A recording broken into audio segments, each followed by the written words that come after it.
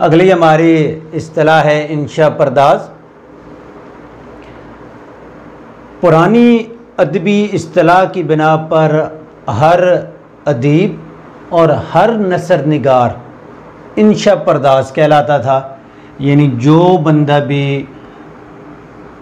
कोई नसर पारे तख्लीक कर रहा है वो इंशा पर्दाज कहलाया। वक्त के साथ जब इसमें जिद्दत आई, उर्दू ज़बान ने मुख्तलिफ़ जहाँ पे अल्फाज को अपने अंदर समाया, वहाँ पे मुख्तलिफ़ इस्तिलाहात और मुख्तलिफ़ असनाफ़ नसर को भी अपने अंदर अपने दामन में जो है जगह दी।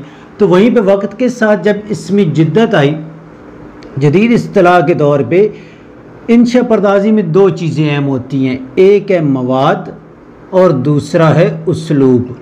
उसलूब के हवाले से भी लेक्चर्स मौजूद हैं, आप देख सकते हैं। अच्छा, उसलूब तर्ज़ निगारिश को कहते हैं, अंदाज को कहते हैं।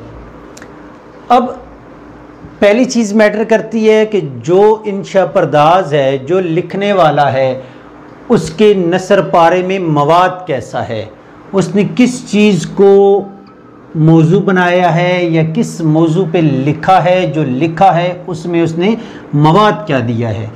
दूसरी चीज़ होती है उसलूब, यानी तर्ज़ निगारिश, उसका अंदाज़ तहरीर क्या है। अच्छा, बाज़ दफ़ा ऐसा होता है कि मवाद हो सकता है कि आला ना हो, यानी वो मवाद कारी को अपने असार में, अपनी इस तहरीर के असार में कैद ना कर रहा हो, कशिश उसमें ना हो।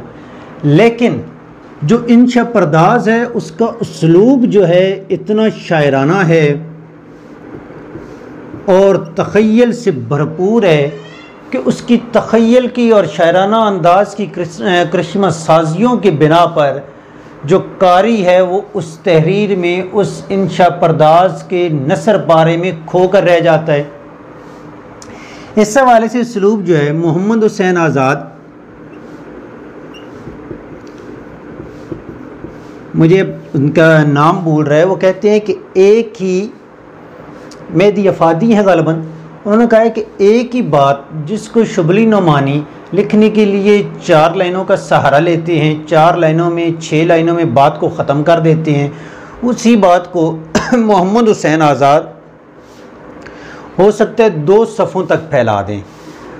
मसलन ज़हीरुद्दीन बाबर एक सबक था जो पुरानी फेडरल की उर्दू की किताब थी 12वीं की, उसमें जो है मोहम्मद हुसैन आज़ाद के सबक के दौरान बच्चों को ये चीज़ रियलाइज़ में करवाता था कि ये अपने नसरी जुमलों की बिना पर एक नक्श निगारी किया करते थे, नक्शे खींच दिया करते थे, जिसकी बिना पे हम कहते थे कि इन्हें तस्वीरी जुमले लिखने की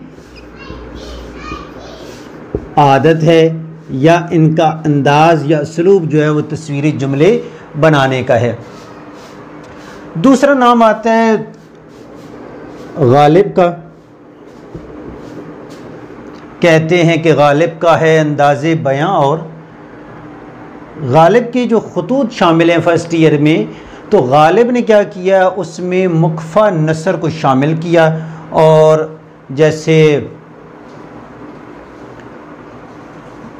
जुमलों में ना, तुम वक्त पर खाना खा लिया करो और कभी कभार कुछ पी लिया करो, समझाने की गर्ज से, यानी इस तरह जुमले जो इन्होंने शामिल किए हैं।